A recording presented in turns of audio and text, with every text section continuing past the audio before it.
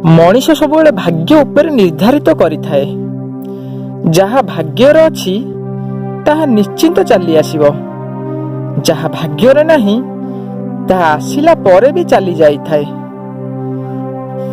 जीवन पाई किछि गुरुत्व नबा जरूरी नुहे, कारण ए संसारू जीवन बंचे केही भी फेरी जाई नाही।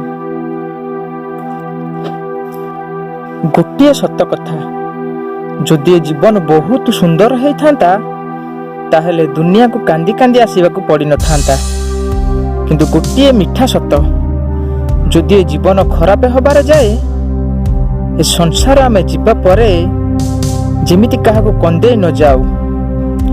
बंची रुहंतु आजिक पाई, काली की किए देखिछि। किंतु जन को कंदेइबा एवं किछि भांगिबा पाई मुहूर्तटिए लागिबो। मन रखंतु, किंतु जन को मनेइबा एवं भांगिबा परे गढ़िबा आपन को अनेक समय लागि पारे। प्रेम करुथिबा व्यक्ति सबुबेले क्षमा मागिबा पाई पसंद करंती, किंतु अहंकार करुथिबा व्यक्ति सबुबेले क्षमा सुनिबा पाई पसंद करंती। जो व्यक्तिंकर अन्यर मुहरे हस एवं जीवन रे खुशी आनिबार क्षमता थाए, से व्यक्तिंकर एते सहजर हस खुशी को ईश्वर केबे कम करने को दियंती नहीं, कारण से व्यक्ति सृष्टिर मंगल सबुबेले चाहि थांती।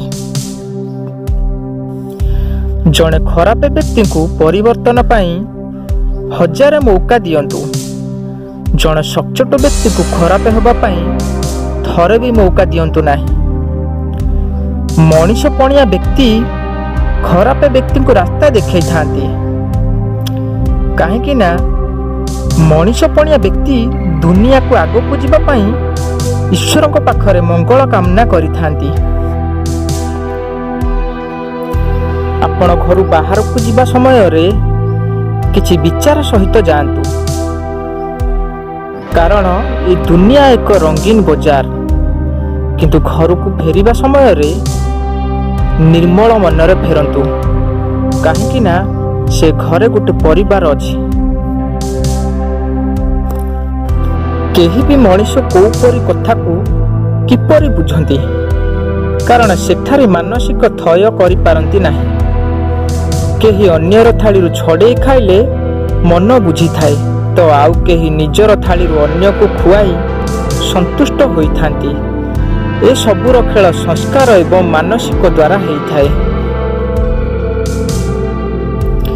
किंतु गोटे सत कथा सुनिश्चित, छड़े खाइला वालार केबे पेट पूरी न थाए एवं बांटी बांटी खाइला वालार पेट केबे भोकरे न थाए। जीवनर सत्यता बुझिबा पाई बहुत कष्ट नुहे। जेपरि निकितिर अन्य को ओजन करुछे, ठीक सेही परि केबे निजको बसई देखंतु। जीवनर रास्ता अनेक बंका। संसार जेबे माँ ठारू पिलाटीए जन्म हुए, जन्म हबा समय रे से छोट पिलाटी कांदी थाए, किंतु से समय रे खुशी रे माँ ठारू नै समस्त हसी थांती। किंतु पिलाटी बड़ हबा परे जेते बेले कांदी थाए, से समय रे ता माँ को सेते बेले कांदीबा को पड़ी थाए। काहेकि ना माँ केबे पिलार दुख को संभाली पारे ना।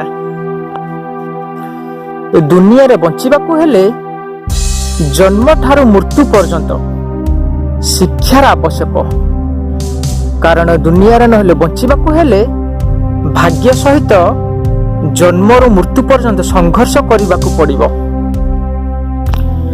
दुनिया रे केही भी व्यक्ति जदि शिक्षार अभाव संघर्ष को सामना न करि पारे, तले भाग्य को दोष देई सबुबेले ईश्वर को प्रार्थना करिथाए, हे ईश्वर मते दुख कष्ट रक्षा कर, हे ईश्वर मोर भाग्य को परिवर्तन कर। एते बड़ चमत्कार मानव सृष्टि रे केबे भाग्य को दोष दियंतु नाही, ना केबे ईश्वर को दोष दियंतु नाही। भविष्यत को केबे भाग्य हाथ रे छाड़ी दियंतु नाही। भाग्य को ନିଜ ହାତରେ ଗଢ଼ିବା ଶିଖନ୍ତୁ, କାରଣ ଏ ମାନବ ସୃଷ୍ଟି ନିଜ ହାତର ଭାଗ୍ୟ ଗଢ଼ିଥାଏ।